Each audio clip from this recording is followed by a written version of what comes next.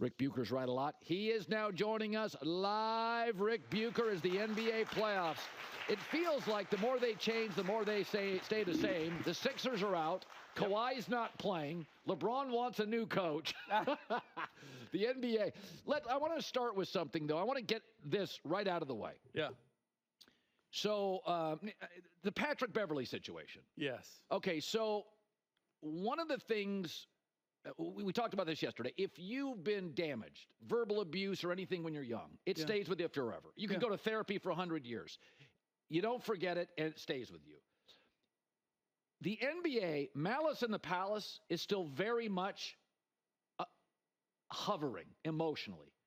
And that is why they are so quick to throw fans out of games in the NBA. They are so quick to get on. Heck, NFL doesn't, baseball doesn't, MLS doesn't. And I think two things hover over this league. Tim Donaghy, that's why they do replays. See, we made a mistake. We're aware of the mistake. You guys want to see the mistake? And I think this moment by Pat Bev scares the hell out of the league. Yeah, it does. But I wouldn't attribute it necessarily to Malice in the Palace as much as I would the intimacy between players and fans and going back at each other through social media. It's now become something where you used to have that wall. You used to have that separation. And now you see it. I mean, you see it with Russell Westbrook. You see players now picking out fans and saying, I want them out. We never had that before. The fans were sacrosanct. You as a player never interacted with them in any way. Well, now through social media, there's all this interaction. There's going back and forth. There's videos.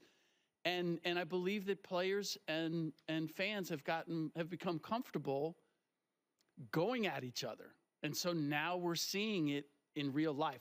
I believe that's what should scare the NBA because what would you do to professional sports? Honestly, and I hate to do this to anybody. It's a suspension for sure. I would suspend him for a year.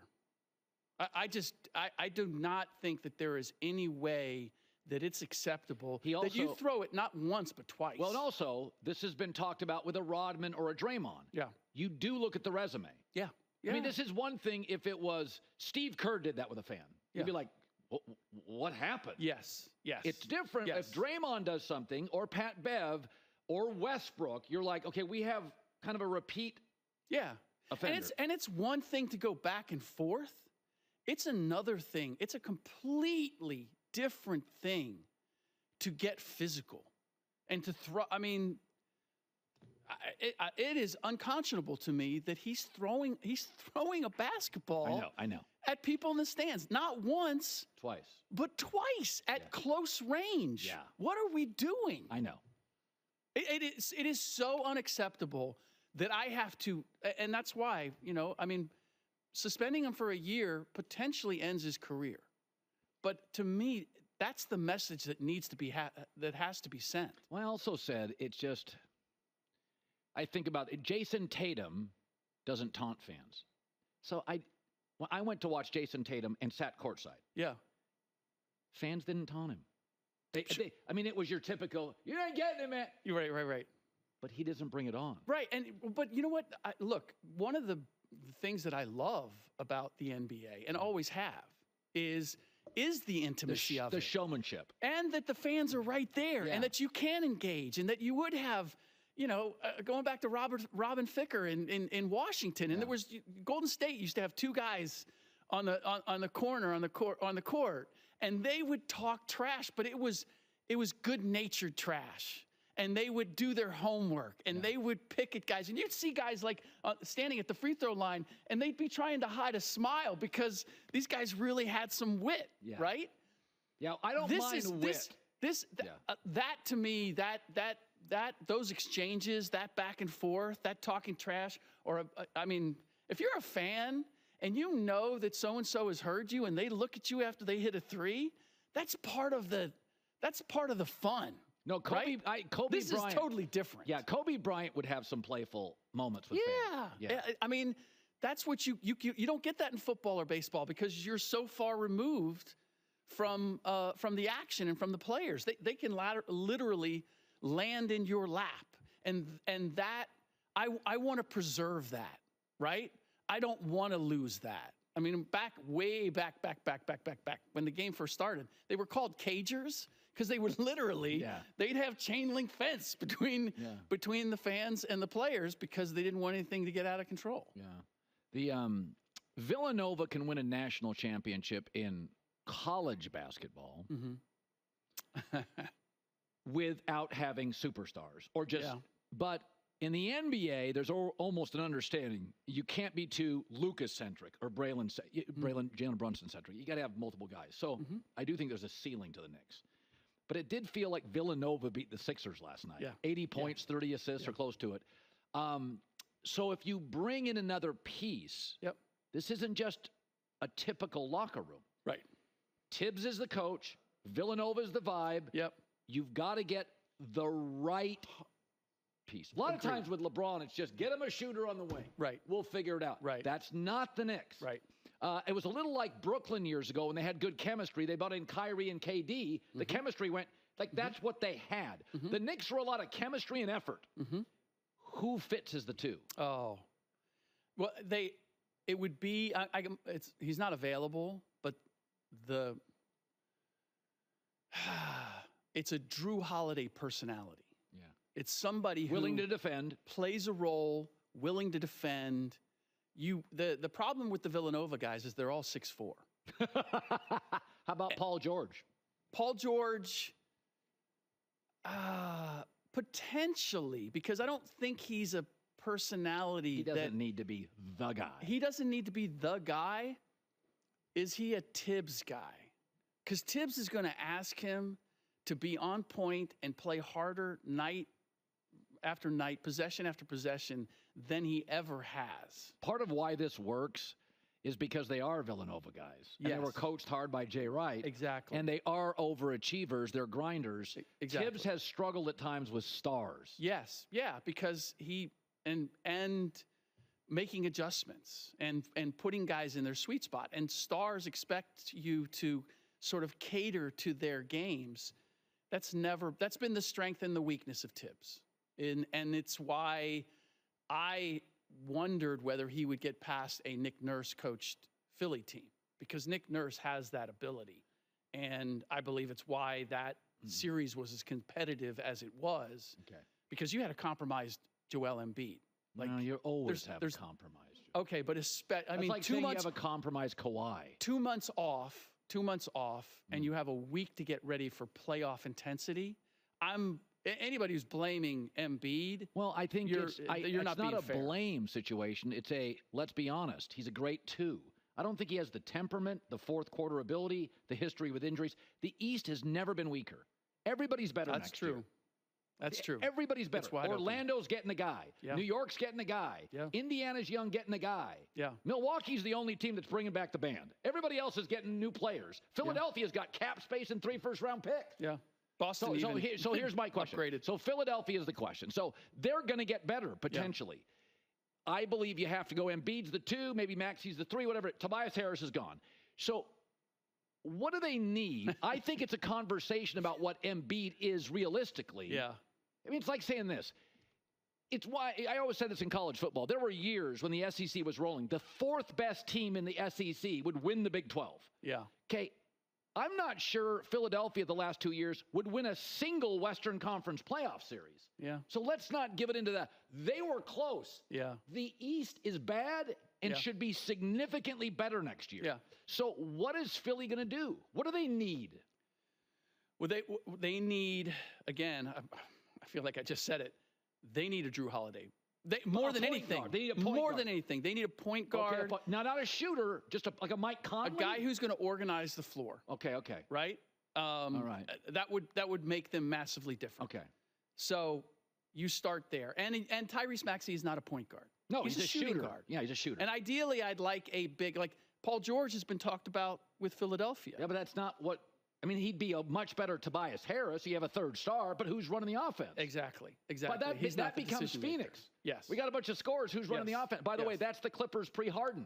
Who's running the offense? Well, look, Paul George can be a great, defensively, I'd love to see him. Imagine Paul George guarding Jalen Brunson in this series. You know how I feel about he and I say this. I think Paul George is the most underrated player in the league. He, talent-wise, yes.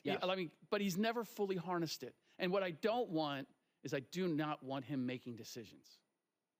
That has undermined the Clippers more often than not. Is they put the ball in his hands at the end of games, and he decides I'm going to try to win the game. He decides I'm going to take a tougher shot than I need to, and it often goes. Okay, so there's the Darvin Ham. We went and looked it up this morning. Since the Lakers have come to Los Angeles, 1960-61. Mm-hmm. Okay, they've How had many? They've had 25 coaches. If you count an interim, 3 have been home runs. Bill Sharman, Pat Riley, Phil Jackson. Yeah. West had Vogel won. They ran him out of town. It's like the Yankees. Yes. It's a huge brand. Expectations are not only high, they move into delusional. Since Phil Jackson left, it's kind of embarrassing. Yeah. I mean, Darvin Ham, 2 years, they wanted him gone after 1. Mike Brown, 1.5. D'Antoni, 1.5. Luke Walton, 3. They wanted him gone by the trade deadline of the second year. So it's like, my take is, if I could get Billy Donovan, who I think is a really good coach, but nobody talks about it. They don't mention him enough among the good coaches. I think he's had really tough NBA situations. But I also think this. Who wants this job? This is not a rich ownership group. Yeah. Ballmer will pay $9 million to keep Ty Lue. Yep. They'll pay $2.8. Yep. Who are you getting? Yeah. No, and who are you getting that is going to solve the riddle of your roster and that is going to work with a 39-year-old LeBron James? I mean, look, I'm just stunned by how we give LeBron a complete pass because the numbers look good, but they're not winning numbers anymore. And LeBron literally checks himself in and out of games. How, as a head coach, is your authority not compromised in that situation? And look, was Darvin perfect? Not by any stretch, but the vast majority, I would say at least 20 to 25 of the coaches in the league, they're going to coach your roster to whatever your roster is. If it's a good roster, you're going to have a good record. If you have a bad roster, you're going to have a bad record. They're not going – the Eric Spoelstras. By the way, Eric Spoelstra, if not for a blizzard of threes, got crushed 4 times against Boston. And he didn't have the personnel. Exactly. And Spo coached you to a win. Yeah. And Spo coached a team that didn't have Tyler Herro's arguably your 3rd best player, missed half the season. Jimmy Butler plays less than 60 games. You're basically Bam Adebayo and a bunch of undrafted guys. Yeah. And he got you to the playoffs. That's what Eric Spoelstra can do. Yeah. That's why he was my coach of the year. Yeah. But the Eric Spoelstras, there's like 3 or 4 of them in the league. I always say this.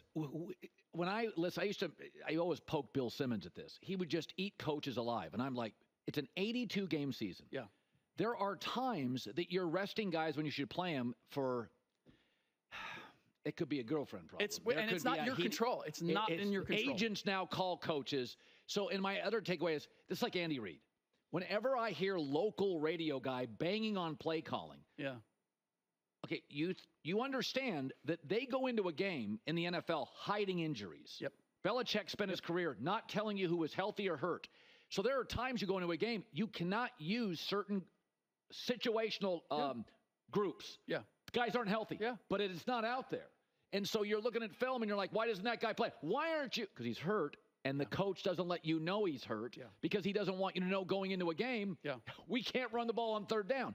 So when I look at NBA coaches, my take is find me the coach outside of the 70s in the NBA when there wasn't a great team but a bunch of good ones, Sonics, Blazers, Sixers. Yeah. Find me the coach who takes average rosters and wins. And makes them great. Find me one. Here's the thing. This is what the average fan does not understand about coaching, particularly in the NBA. They think you just have a free hand to play whoever you want, whatever lineups you want, whatever rotations you want. Like, it's all up to the coach. And they're like, well, why isn't he playing this guy? Or why isn't this guy playing more minutes or whatever? And it's always in hindsight, like when something doesn't work. You have agents that you're trying to keep happy. Your GM has certain guys that he's drafted that he wants to be featured. You have stars who are like, don't put me on the floor with this guy, or we're running this when I'm out there. Or LeBron checks himself out of games. It is like You do not have a free hand. And so to look at Darvin Ham and say, man, he didn't utilize this roster. About this. You know this better than anybody. It's crazy. Think about this. Think about how successful Steve Kerr is as a human being. Yeah. College basketball player of note. Yep. Won Michael Jordan a few games. Bulls, best team ever. Yeah. Becomes, I think, as good a broadcaster as the league's had. He was hysterically funny and brilliant. Becomes a GM that's fine, but it's impossible to be a GM. People didn't like the Shaq move, whatever. Then becomes a brilliant coach. Mm-hmm. Steve Kerr, who I covered in Portland, is the smartest guy I've ever covered, and that includes Chris Dudley, who became the governor of Oregon from the Blazers. So Kerr succeeded everywhere. If I have to hear another Warrior fan talking about you didn't play Wiseman, that's the most. You didn't develop the young guys. You developed Andrew Wiggins into a star player. You developed Jordan Poole into a star player. Look how bad Poole is now that he's in Washington. And by the way, Kerr also has power, but even Steve Kerr in timeouts. Yeah. You watch psychologically how he allows the players to make decisions by sort of nudging them in the direction to empower the play. Steve's like brilliant at that. Yep. The players all think, I came up with that idea. And it was Steve moving you toward the decision, which is the right one. That's a big deal in the NBA. And this is what I really don't understand from Warriors fans who love Steph Curry and love Klay Thompson and love Draymond Green. Who do those three love as their head coach? Yeah. It's Steve Kerr. Yeah. There's a reason that they signed Steve Kerr to 2 more years and $35 million. Yeah. Is because it's not just the X's and O's, which working under Phil and Pop, he has to the nth degree. It's that he understands the emotional quotient of taking a team over practically a decade and keeping them motivated and on the beam and believing that they can win. Like, you can't put a price on that. Well, you can. It's $35 million for 2 years, right? And that's what that's what some Warriors fans want to get rid of. And I hate to bag. It's not all Warriors. Right. There's just some loud fans out there, Lakers fans, Warriors fans, who think they know better. And anytime they say, well, I don't know why he did that. You know what? You don't get a vote then. I listen, Darvin Ham's not perfect. He has weird rotations. You can't have Austin Reeves and LeBron both off the floor because those are your two playmakers. He made mistakes. Yes, no doubt. There were times I would be like, you can't have LeBron and Austin on the bench. You have no playmakers on this team. You have shooters, defenders, length. You have no playmakers. Yeah. It's not perfect, but they played Denver as well as anybody in the league plays Denver. And you ran into the eventual champions last year, and you ran into the defending champions this year. Happens. Who just happened. It's a little bit, honestly, it's a little bit like Phoenix. Like Phoenix might still be, they ran into the absolute worst team that they could run into. Yeah. Sometimes it happens. That's not the coach's fault. Auburn for years kept running through coaches during Saban's run, and it's like, you did beat them like every third year. Yeah. That was better than anybody else was doing. By the way, the continuity, I mean, if we need anything as an example, the Denver Nuggets went through their lumps with Mike Malone. Remember, right? 4 years we had this discussion. You can't win big with Jokic. It was a 4-year discussion, 3 or 4 year discussion. There is something about continuity, and continuity includes your coach. Rick Bucher, good seeing you on a Friday. Same. Hi, everybody. It's me, Uncle Colin. Subscribe here to get the latest from the herd, including exclusive behind-the-scenes videos and more, wherever you may be, however you may be watching. Thanks again for making us part of your day.